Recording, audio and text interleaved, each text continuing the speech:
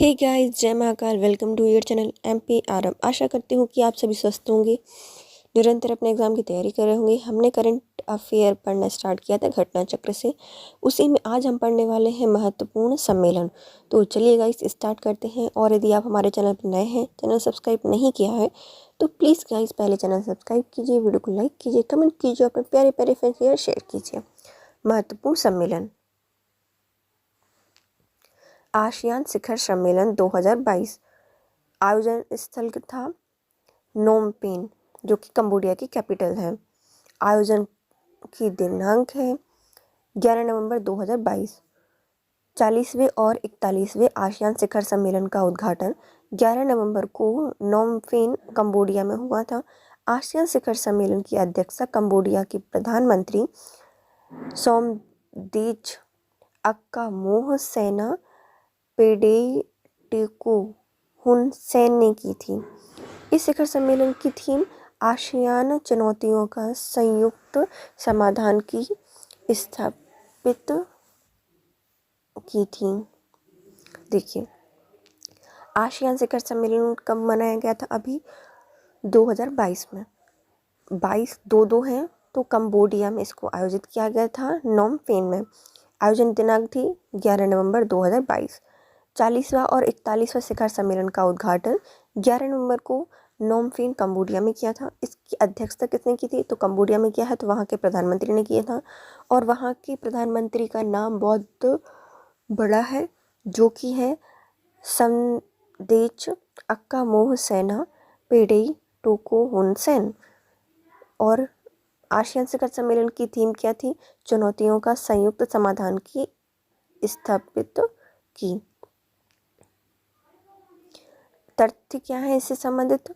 दक्षिण पूर्व एशियाई राष्ट्र संघ या आसियान की स्थापना 8 अगस्त 1967 में बैंकॉक, थाईलैंड में की गई थी। आसियान के संस्थापक देशों में इंडोनेशिया, मलेशिया, फिलीपींस, सिंगापुर और थाईलैंड है। तो इसकी स्थापना कब हुई थी आसियान की? तो आसियान का पूरा नाम क्या है? दक्षिण पूर्व एशियाई राष्ट्र संघ। इसकी स्थापना 6 अगस्त 1967 को की गई थी बैंकॉक, थाईलैंड में। इसके कुछ संस्थापक देश हैं जिन्हें इसको मिलकर बनाया था। तो ये है पहला इंडोनेशिया, मलेशिया, फिलीपींस, सिंगापुर और थाईलैंड। ब्रुनई देश 7 जनवरी 1984 को आसियान में शामिल हुआ। इसके बाद 28 जुलाई 1995 को वियतनाम, 23 जुलाई 1997 को लाओस, पीडीआर और म्यांमार, 30 अप्रैल 1999 को कंबोडिया, जो कि आज आसियान के 10 सदस्य देशों में शामिल है। तो ब्रुनई देश कब इसमें शामिल हुआ था? तो 1984 को। इसके बाद वियतनाम 1995 को, 1997 में लाओस और म्यांमार, 1999 को कंबोडिया इसमें शामिल हुआ। और आज इसमें कितने देश हैं? 10 देश इसमें शामिल हैं। नेक्स्ट आता है G20 राष्ट्र अध्यक्ष का 17वां शिखर सम्मेलन। इसका आयोजन स्थल था बालू द्वीप, जो कि इंडोनेशिया में है। आयोजन दिनांक थी 15 से 16 नवंबर 2022। G20 अध्यक्षता राष्ट्र अध्यक्ष को 17वां शिखर सम्मेलन था। आयोजन बाली द्वीप, इंडोनेशिया में किया गया था और आयोजन हुआ था 15 से 16 नवंबर 2022 को। 17वीं G20 शिखर सम्मेलन की थीम थी recover together, recover strong. Recover together मतलब रिकवर करना है, टुगेदर साथ में मिलकर, और रिकवर स्ट्रॉन्गर। सम्मेलन के पहले दिन साझा घोषणा पत्र पर सदस्यों की सहमति नहीं बन पाई थी। भारत और अन्य सहयोगी देशों की मध्यस्थता के कारण ही बाली घोषणा पत्र जारी हो पाया था। मतलब जब पहला दिन इसको आयोजित किया गया राष्ट्राध्यक्षों का सम्मेलन, तो पहले दिन जो घोषणा पत्र था इस पर कोई सहमति नहीं हुआ, लेकिन भारत और कुछ अन्य देश आए और उन्होंने मध्यस्थता की, जिसके कारण यह घोषणा पत्र जारी हो सका। G20 शिखर सम्मेलन के समापन अवसर पर इंडोनेशिया के राष्ट्रपति जोको विडोडो ने भारत को G20 की अध्यक्षता सौंपी और भारत को पहली बार G20 की अध्यक्षता 1 दिसंबर 2022 से 30 नवंबर 2023 तक 1 साल के लिए मिली है। तो G20 शिखर सम्मेलन का समापन हुआ कहाँ पर? बाली, इंडोनेशिया में हुआ था। जैसे ही समापन हुआ उसी के अवसर पर जो राष्ट्रपति थे इंडोनेशिया के, जोको विडोडो, इन्होंने कहा कि भैया हमने तो इस बार कर लिया, अब अगली बार आप करना। तो 2022 के बाद जो 2023 में होनी थी अध्यक्षता, इसकी अध्यक्षता भारत को सौंपी। कब से? 1 दिसंबर 2022 से 30 नवंबर 2023 तक भारत में 1 साल के लिए इसकी अध्यक्षता मिल गई है। G20 के 18वें शिखर सम्मेलन की थीम क्या थी? तो भारत में आयोजित किया जाएगा, तो भारत से ही लिया जाएगा इसको, वसुधैव कुटुंबकम था। और यह, इसको हिंदी में क्या कहा जाता है? एक पृथ्वी, एक कुटुंब, एक भविष्य। तो वसुधैव कुटुंबकम का थीम किसकी है? तो G20 के 18वें शिखर सम्मेलन की। इसका हिंदी में क्या होता है मतलब? तो एक पृथ्वी, एक कुटुंब, एक भविष्य।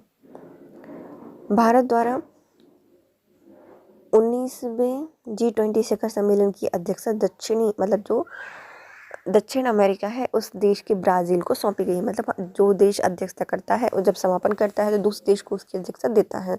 तो जब 17वां और 18वां हुआ, मतलब 17वां शिखर सम्मेलन हुआ था इंडोनेशिया में, तो वहाँ के प्रधानमंत्री जोको विडोडो ने भारत को अध्यक्षता दी थी 2023 के लिए, जो 18वां शिखर सम्मेलन था।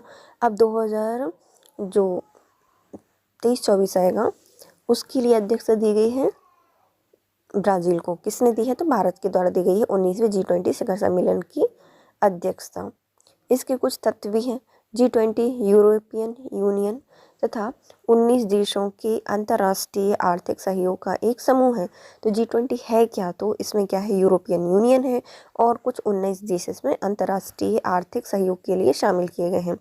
इसकी स्थापना एशियाई वित्त संकट के बाद 1999 को की गई थी। जब एशिया में जो एशियाई देश हैं वहाँ पर वित्तीय संकट आया, उसके बाद इसको स्थापना की गई थी 1999 में। अब आते हैं कुछ G7 शिखर सम्मेलन। इसका आयोजन स्थल था श्लाश एलमाउ, जो कि जर्मनी में है। इसका आयोजन दिनांक है 26 से 27 जून 2022 को। तो G7 है तो सबको साथ लेकर चलेगा कौन? जर्मनी। और श्लाश एलमाउ में इसको आयोजित किया गया था। इसकी दिनांक है 26 से 27 जून 2022। 48वां G7 शिखर सम्मेलन 2022 जर्मनी की अध्यक्षता में जून 2022 में संपन्न हुआ। तो कौन सा था? 48वां G7 शिखर सम्मेलन था, जो कि 2022 में जर्मनी की अध्यक्षता में जून 2022 में संपन्न हुआ था। 2019 के बाद से यह लगातार चौथी बार है जब भारत को G7 शिखर सम्मेलन में भाग लेने के लिए आमंत्रित किया गया है। तो मतलब कितनी बार? 2019 के बाद ये चौथी बार G7 शिखर सम्मेलन में भाग लेने के लिए भारत को आमंत्रित किया गया है। रूस का यूक्रेन पर हमले का मुद्दा और इससे पैदा होने वाली चुनौती इस शिखर सम्मेलन में चर्चा का विषय रही थी। मतलब उसने ही यूक्रेन पर हमला कर दिया, तो उस हमले का मुद्दा और उससे जो उत्पन्न होने वाली चुनौतियां हैं वह इस शिखर सम्मेलन की मेन चर्चा की विषय रही थी। G7 देशों ने विकासशील देशों को जलवायु परिवर्तन से निपटने में मदद करने के लिए $600 बिलियन की बुनियादी ढांचा पहल की घोषणा की थी। जो G7 देश हैं उन्होंने क्या कहा था? जितने विकासशील देश हैं उनकी जलवायु परिवर्तन से निपटने के लिए $600 बिलियन की बुनियादी ढांचा पहल की घोषणा की थी। Infrastructure initiative.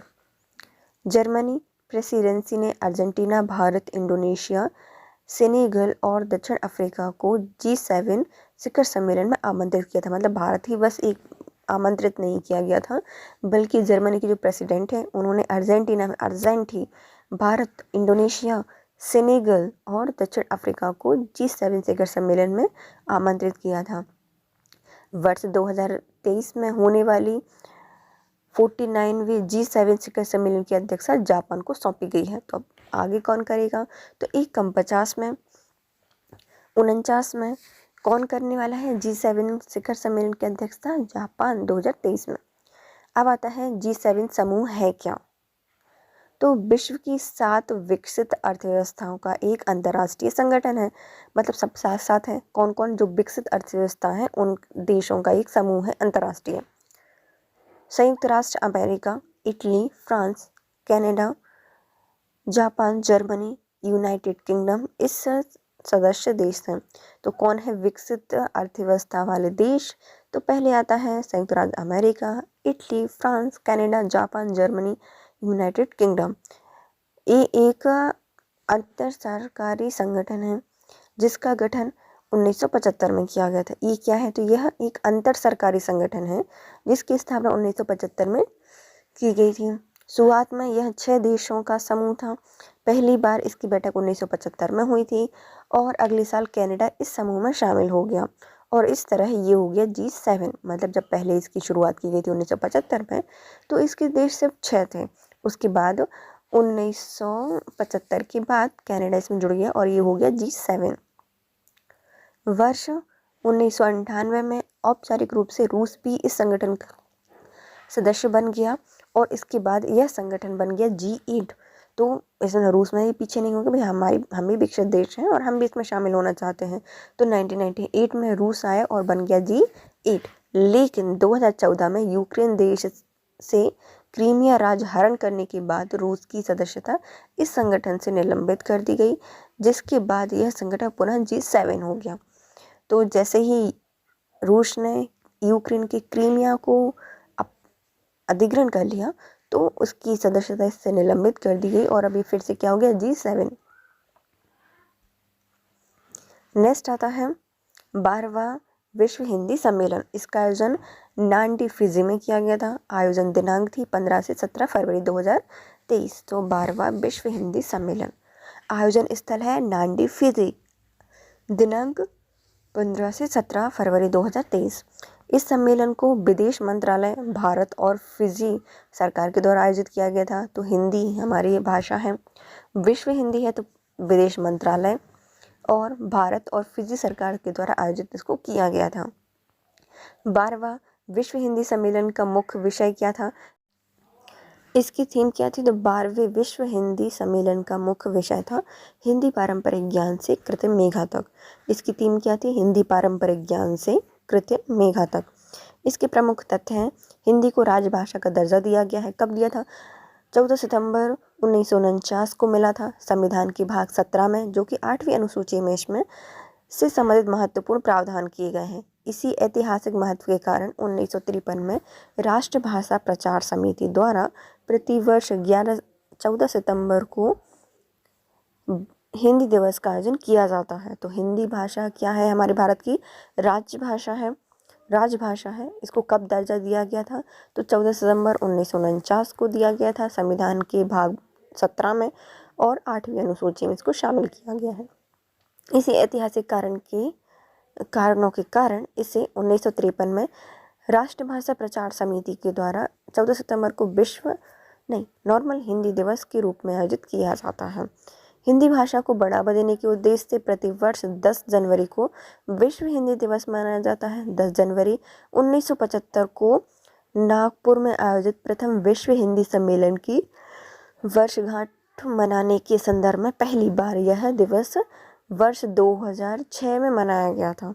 तो हिंदी भाषा को आयोजित करने के लिए, बढ़ावा देने के लिए, सबको तक पहुंचाने के लिए इसके लिए 10 जनवरी को विश्व हिंदी दिवस मनाया जाता है और 10 जनवरी 1975 में पहली बार नागपुर में इसको आयोजित किया गया था। जो विश्व हिंदी सम्मेलन है उसकी वर्षगांठ को आयोजित करने के लिए 2006 में इसको पहली बार आयोजित किया गया था। जो पूर्व प्रधानमंत्री अटल बिहारी वाजपेयी जी हैं, उन्होंने 1977 में पहली बार संयुक्त राष्ट्र महासंघ के 32वें सत्र को हिंदी में संबोधित किया था। ज्ञातलब है कि तत्कालीन समय मोरारजी देसाई प्रधानमंत्री की जनता पार्टी की सरकार थी और अटल बिहारी वाजपेयी इस सरकार में विदेश मंत्री थे। तो जो हमारे पूर्व प्रधानमंत्री हैं अटल बिहारी वाजपेयी जी हैं, जब वह 1977 में संयुक्त राष्ट्र महासंघ में पहुंचे। 32वें सत्र में इन्होंने हिंदी में संबोधन किया था सबको।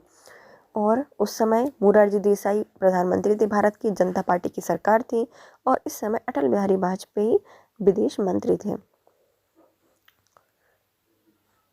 भारत आसियान शिखर सम्मेलन, इसका आयोजन नोम पेन कंबोडिया में किया गया है और इसका आयोजन दिनांक था 12 से 13 नवंबर 2022। भारत आसियान शिखर सम्मेलन, आसियान शिखर सम्मेलन भी नोम पेन कंबोडिया में हुआ था और भारत आसियान शिखर सम्मेलन भी नोम पेन कंबोडिया में ही आयोजित किया गया। 19वां आसियान भारत शिखर सम्मेलन और 17वां पूर्वी एशियाई शिखर सम्मेलन को कंबोडिया की राजधानी नोम पेन में संपन्न किया गया। तो 19वां है आसियान भारत शिखर सम्मेलन, लेकिन 17वां है पूर्वी एशियाई शिखर सम्मेलन को कंबोडिया की राजधानी नोम पेन में आयोजित किया गया।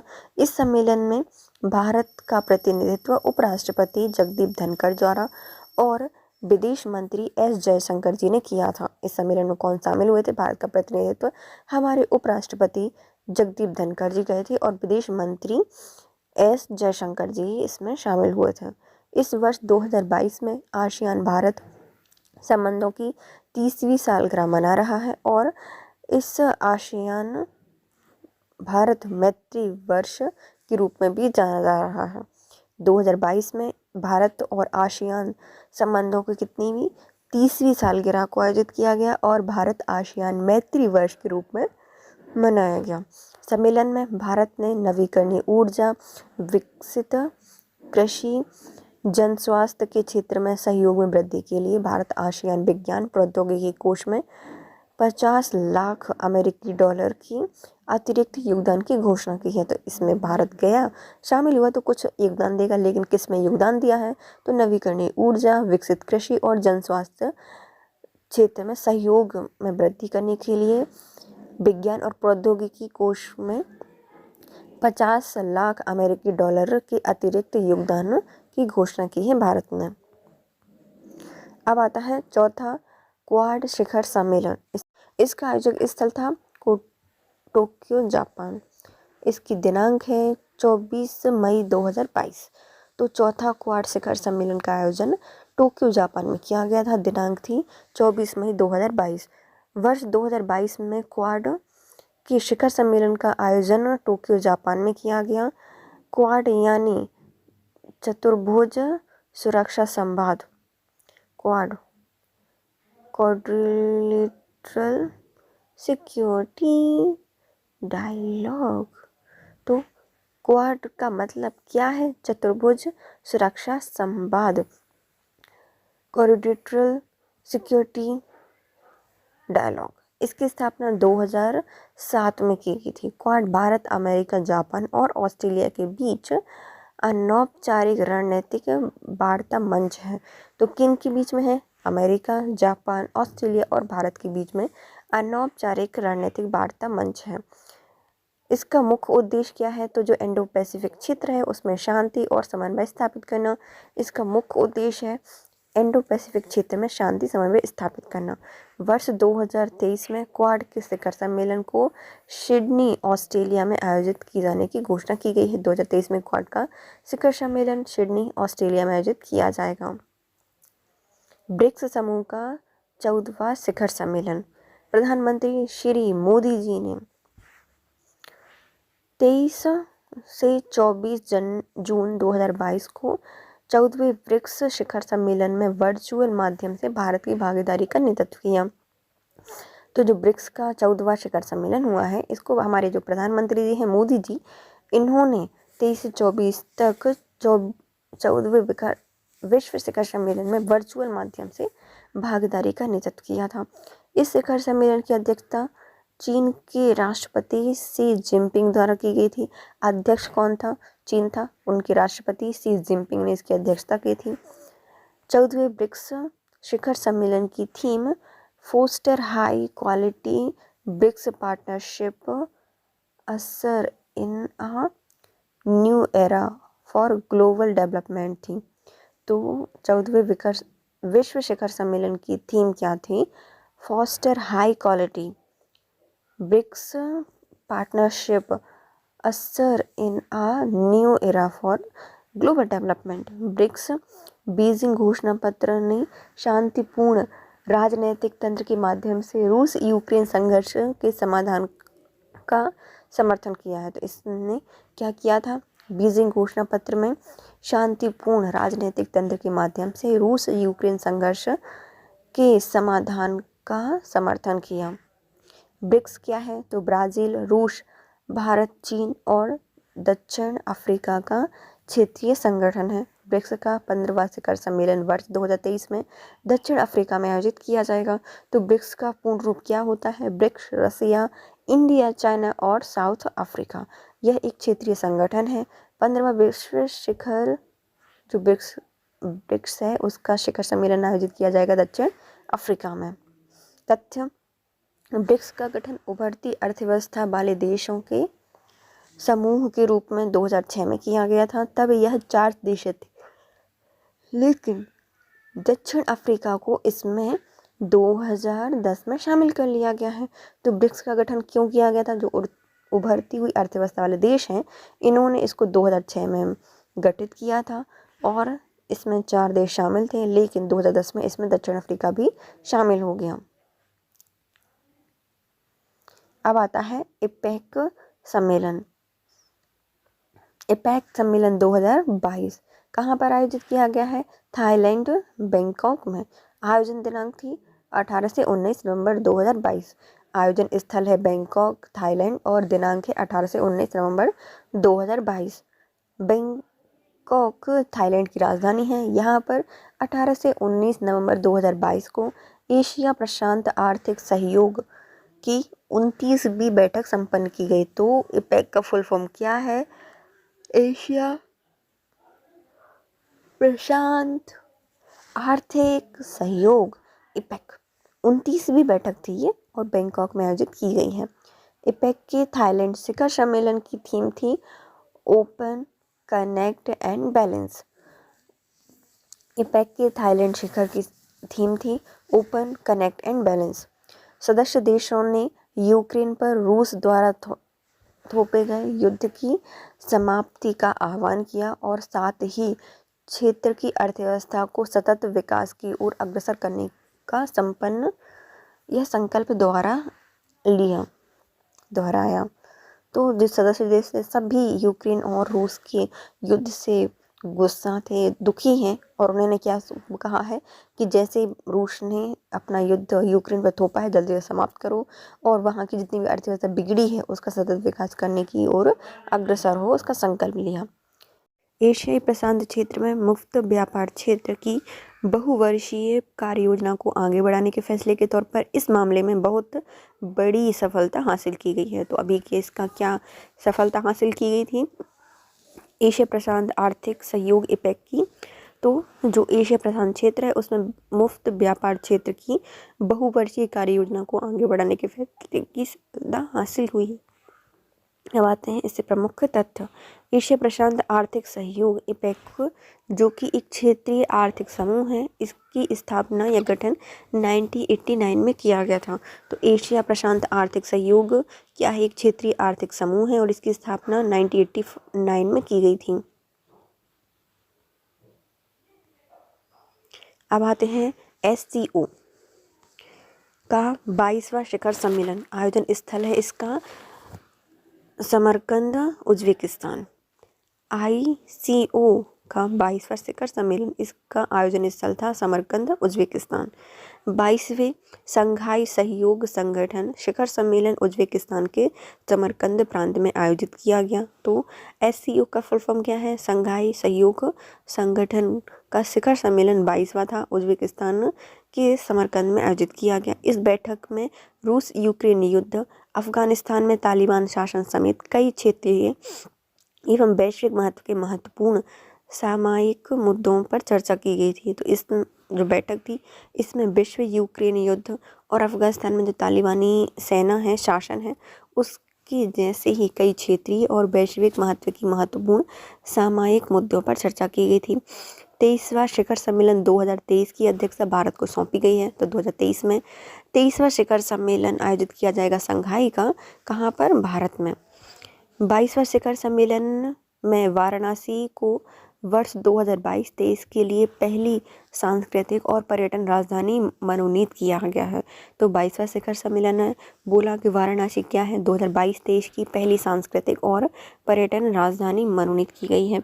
इसके कुछ तथ्य हैं। शंघाई सहयोग संगठन एक अंतर सरकारी संगठन है। इसकी शुरुआत 1996 को चीन, रूस, तजाकिस्तान और किर्गिस्तान के नेताओं के द्वारा शंघाई 5 के रूप में की गई थी। तो शंघाई क्या है, तो यह एक सहयोग संगठन है, सहयोग संगठन, और यह एक अंतर सरकारी संगठन है। इसकी शुरुआत 1996 में की गई थी। 5 देश शामिल थे, चीन, रूस, तजाकिस्तान और किर्गिस्तान। इनके नेताओं ने इसको बनाया था, गठन किया था, और इसका नाम रखा था शंघाई 5। शंघाई सहयोग संगठन का गठन 15 जून 2001 को शंघाई चीन में किया था, लेकिन जब शंघाई 5 नाम से इसकी स्थापना 1996 को की गई थी, लेकिन इसको शंघाई सहयोग संगठन नाम दिया गया है। 15 जून 2001 को चीन में आयोजित किया गया था।